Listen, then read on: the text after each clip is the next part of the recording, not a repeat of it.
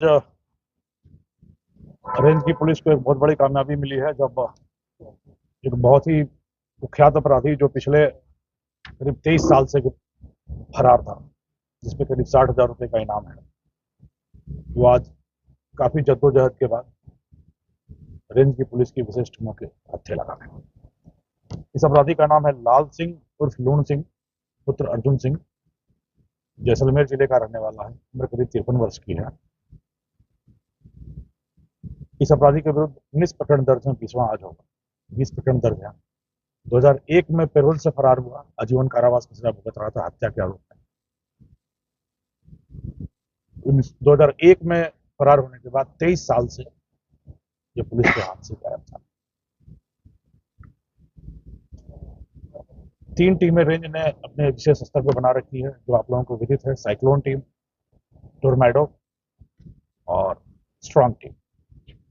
यह तीनों टीमें ही लगी थी इसके पीछे। करीब 1 महीने पहले सूचना आई थी कि यह हथियारों और गोला बारूद की सप्लाई में बहुत तेजी से काम कर रहा है। इसके आधार पर इसके पीछे टीमें लगाई गई थी। यह करीब 1 सप्ताह पहले भी जैसलमेर में हाथ आते रह गया था, चकमा देकर फरार हो गया था। कल रात में भी करीब आधा दर्जन जगह पर दबिश दी पुलिस ने, और हर जगह से वो निकलने में कामयाब रहा।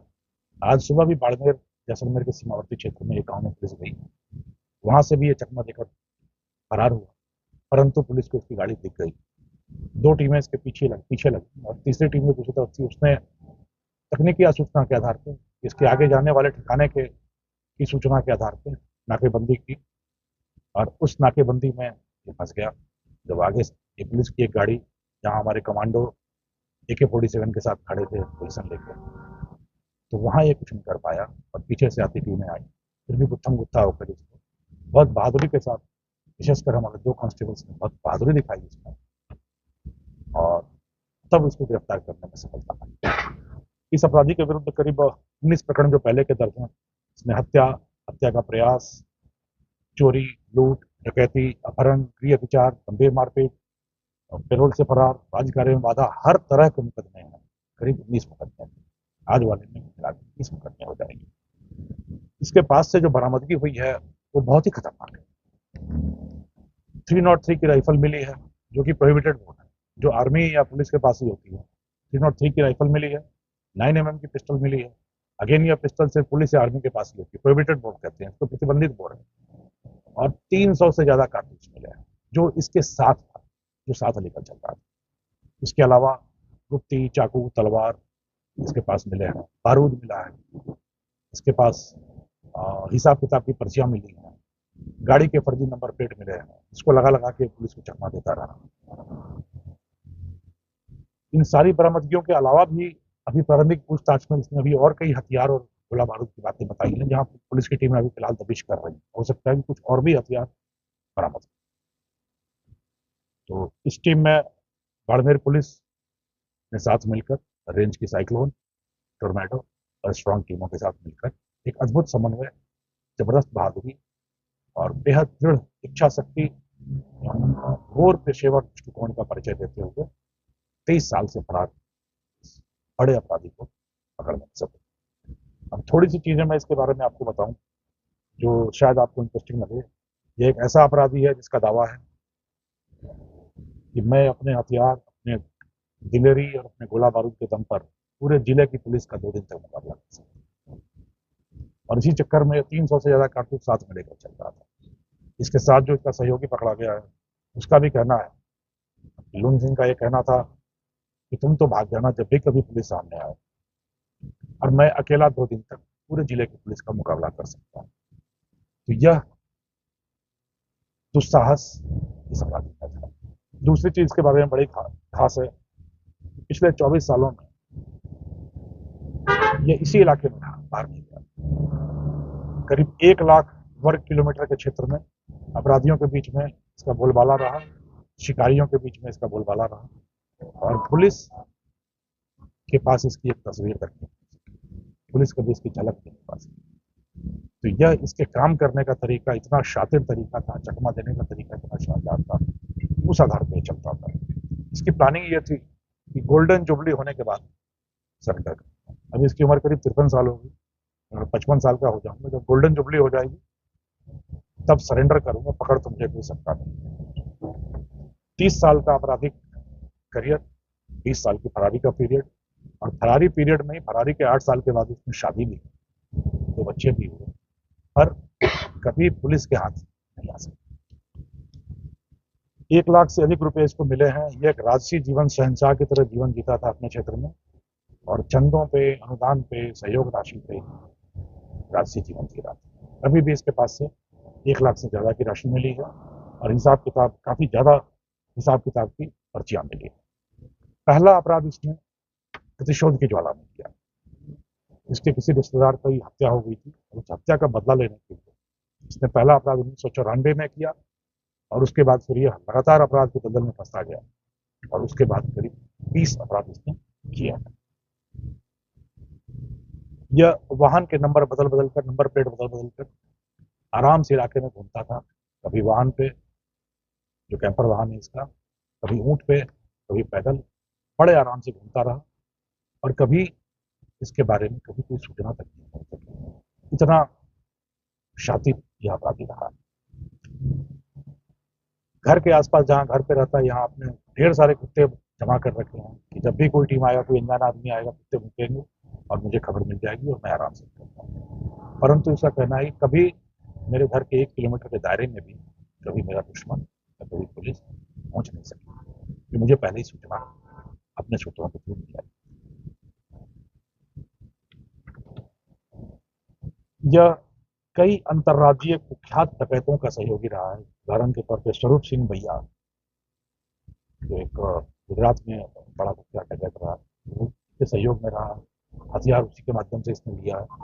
यूपी के बदमाशों के माध्यम से इसके पास कारतूस आते रहे हैं। 2 चीजें इसकी और खास हैं।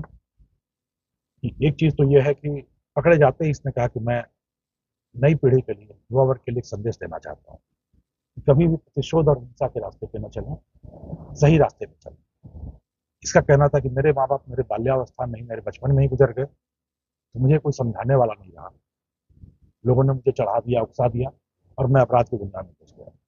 तो नई पीढ़ी से इसने अपील की, इस मार्ग पे कभी नहीं चलना है, चाहे जितनी भी बाधाएं हैं, सही रास्ते पे चलना है। बचपन में इसका कहना है कि मैं फौज में जाना चाहता था, मुझे हथियारों का शौक था, शरीर बनाने का शौक था, मैं फौज में जाना चाहता था। विडंबना देखिए कि जो आदमी कभी फौज में जाकर देश की रक्षा करना चाहता है, वो आदमी देश की सीमा पर ही, देश के सीमावर्ती क्षेत्र में हथियारों और अपराध की दुनिया में घुस गया। एक और इसका बड़ा विशेष वो रहा है, ये शगुन पे बड़ा विश्वास करता है कि जब मैं निकलूं तो पशु पक्षी क्या आवाज करते हैं, किधर आवाज करते हैं, इसका बड़ा बहुत भरोसा है।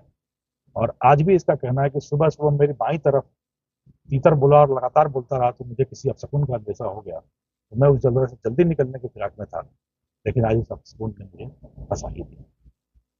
कुल मिलाकर यह इतिहास है, यह कार्रवाई का तरीका हुआ। इस टीम में साइक्लोन टीम, टोरमेटो टीम, स्ट्रांग टीम और बाड़मेर पुलिस के 2 जवान ने मिलकर काम किया।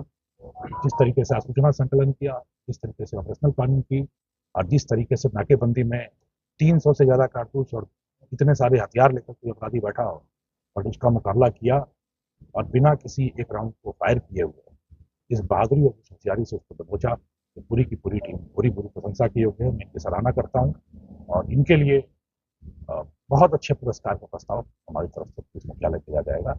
और एक बार फिर मेरी अपील है पूरी युवा पीढ़ी से कि कभी भी ऐसे तत्वों को अपना हीरो न बनाए, रोल मॉडल नहीं बनाए, और हमेशा सही रास्ते पे चलते रहे। अपराध का रास्ता कभी भी आदमी को किसी मुकाम तक, मंजिल तक नहीं ले जाता। अगर मंजिल तक पहुंचना है, दायरे रखना चाहिए और सही रास्ते पे हमेशा चलना। धन्यवाद। अब आप लोग आर्मी के पास वेपन होते हैं, वो इसके पास है, ये कहाँ से है? ये आर्मी और पुलिस के पास होता है। प्रोहिबिटेड बोर होता है 303 का और 9mm। जो पिस्टल हम लोग रखते हैं वो 9mm पिस्टल होता है। जो जवानों के पास पहले होता था हमारे 303, अब तो SLR आ गई, 303 राइफल होती है। ये पुलिस के पास और आर्मी के पास और अर्धसैन्य बल जो होते हैं CAPF, उनके पास होता था। अब ये हथियार इसके पास कुख्यात डकैत, इसके अनुसार स्वरूप सिंह जिसकी मृत्यु हो गई, तो अंतर्राज्यीय कुख्यात डकैत हुआ करता था, उसके माध्यम से इसने खरीदना पड़ा। सर ये वेस्ट, ये वेस्ट इसकी फरारी जब पेरोल पे उसके बाद ही 1994 में पहला पहला। मुकदमा दर्ज हुआ। हाँ। 94 के मुकदमे के बाद 1996 में मुकदमा दर्ज हुआ और उसके बाद से फरारी के बाद फरारी की बात। सारे फरारी। और सर ये अपनी लाइफस्टाइल में क्योंकि डिजिटल है, इसमें मोबाइल का ये यूज नहीं करता। मोबाइल इसके पास है बट बहुत सोशल मीडिया वगैरह का इस्तेमाल नहीं करता था। मोबाइल गाये बगाए मोबाइल का यूज करना, कुछ कॉल करने में यूज करना, ये करते क्योंकि इसकी ट्रैकिंग नहीं हो पाई, क्योंकि जैसा आपने बताया यूपी और वहाँ से कारतूस से बाकी लोगों से कांटेक्ट करता था, क्योंकि पुलिस के हैं। सर्विलेंस इसके अभी तक की पूछताछ में आपराधिक तत्वों से इसके काफी सघन संपर्क है, तो उस माध्यम से यूपी के बदमाशों की तरफ से होकर इसके पास कारतूसों की सप्लाई आती रही या बारूद भी रखता था कि अगर जैसे वो जो 12 बोर के कारतूस होते हैं उसकी फिलिंग भी कराकर लोगों को, शिकारियों को, बदमाशों को देता था। सर किसी आईटी का यूज करता था, स्पेसिफिक क्या है, बिल्कुल मैनुअल तरीके। अभी तक की जानकारी के हिसाब से तो मैनुअल तरीके से ही कर रहा था, कोई ऐसा बहुत बड़ा कोई फैक्ट्री या कोई ऐसा इंस्ट्रूमेंट नहीं आया ऐसा। फरारी कहाँ का काटी थी? फरारी, पूरी फरारी अभी तक के हिसाब से इसी 1 लाख स्क्वायर किलोमीटर के इलाके में काटी थी, जो हमारा मारवाड़ का बेल्ट रही वाला, जैसलमेर, बाड़मेर, जोधपुर, इस इलाके में ही फरारी काटा। और कोई सहयोगी नाम भी इसके बताएं कि किन एक किन- सहयोगी इसके साथ पकड़ा गया है, राणा राम इसके साथ इसका सहयोगी पकड़ा गया, जो भील है। और कई सहयोगी को नाम बता रहा है जो हम लोग कुछ गोपनीयता के हिसाब से भी नहीं बता रहे ताकि उसके आधार पर आगे कार्रवाई की जा सके, परंतु ये यहाँ के आपराधिक तत्वों के काफी घनिष्ठ संपर्क। क्या इस एंगल से जांच करें कि कहीं सड़क के उस पार से कोई पकड़ना? इतनी भारी मात्रा में शायद आप लोगों ने कभी हथियार एक आदमी से बरामद होते हमने भी नहीं देखा। एक आदमी जो शरीर पे इतना सारा हथियार लेकर चल रहा हो, तो इतना सारा हथियार, गोला बारूद, इसका मतलब है कि हथियार के तस्करों के साथ, गोला बारूद के तस्करों के साथ काफी करीबी संपर्क है। तो यह संपर्क सूत्र कहाँ तक फैलते हैं, किस राज्य तक जाते हैं, राज्य देश की सीमा के बाहर जाते हैं नहीं, ये आगे अनुसंधान का विषय है। इसमें भी अपनी गैंग भी तैयार कर रखी थी जिसमें कितने लोग शामिल हैं? गैंग जैसी कोई बहुत बड़ी बात नहीं। इसने कहा कि मैं तो एकला चलोरे के प्रिंसिपल पे चलता हूँ, मैं आराम से अकेले फरारी काटता हूँ, दूसरा कोई साथ रहेगा तो पकड़े जाने की गुंजाइश बढ़ती जाएगी। मैं जब जरूरत इसके पड़ी संपर्क किया, उसके साथ कुछ करना है कर लिया, अपराध करना अपराध कर लिया, घूमना फिरना है घूम फिर लिए, बैठना है बैठना कर लिया, बट रहूंगा घूमूंगा अकेले।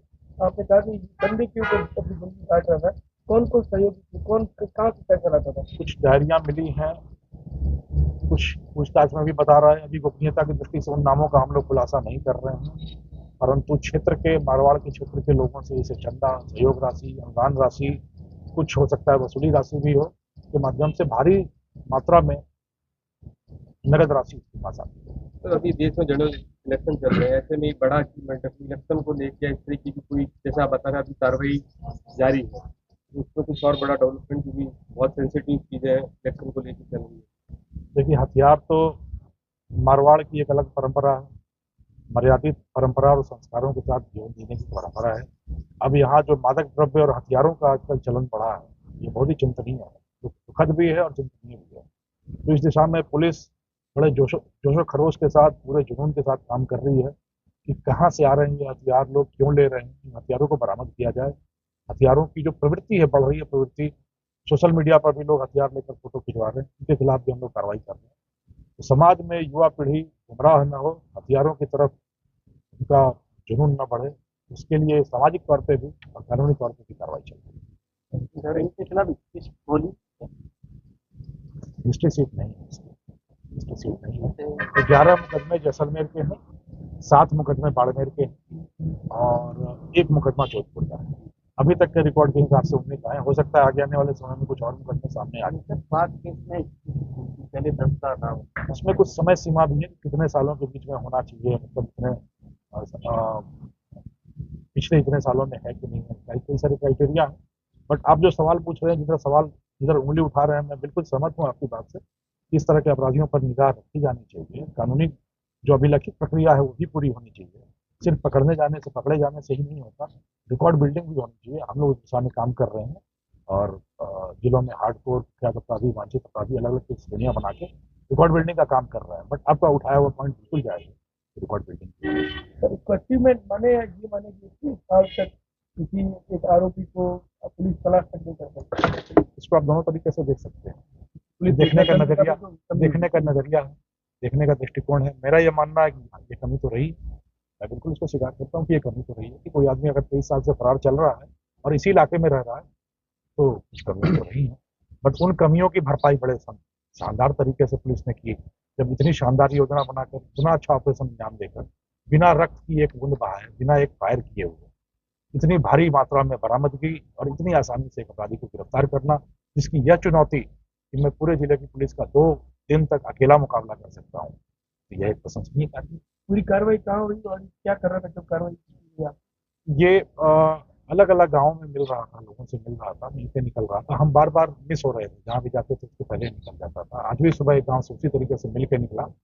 उसके बाद हमको मालूम था कि तकनीकी आधार पर मालूम था कि अगला ठिकाना किधर की ओर जाएगा ये, तो हमने होशियारी से पीछा किया और विशाला के आसपास में नाकेबंदी लगा के फिर इसको दोनों तरीके से किया। Thank you sir, thank you.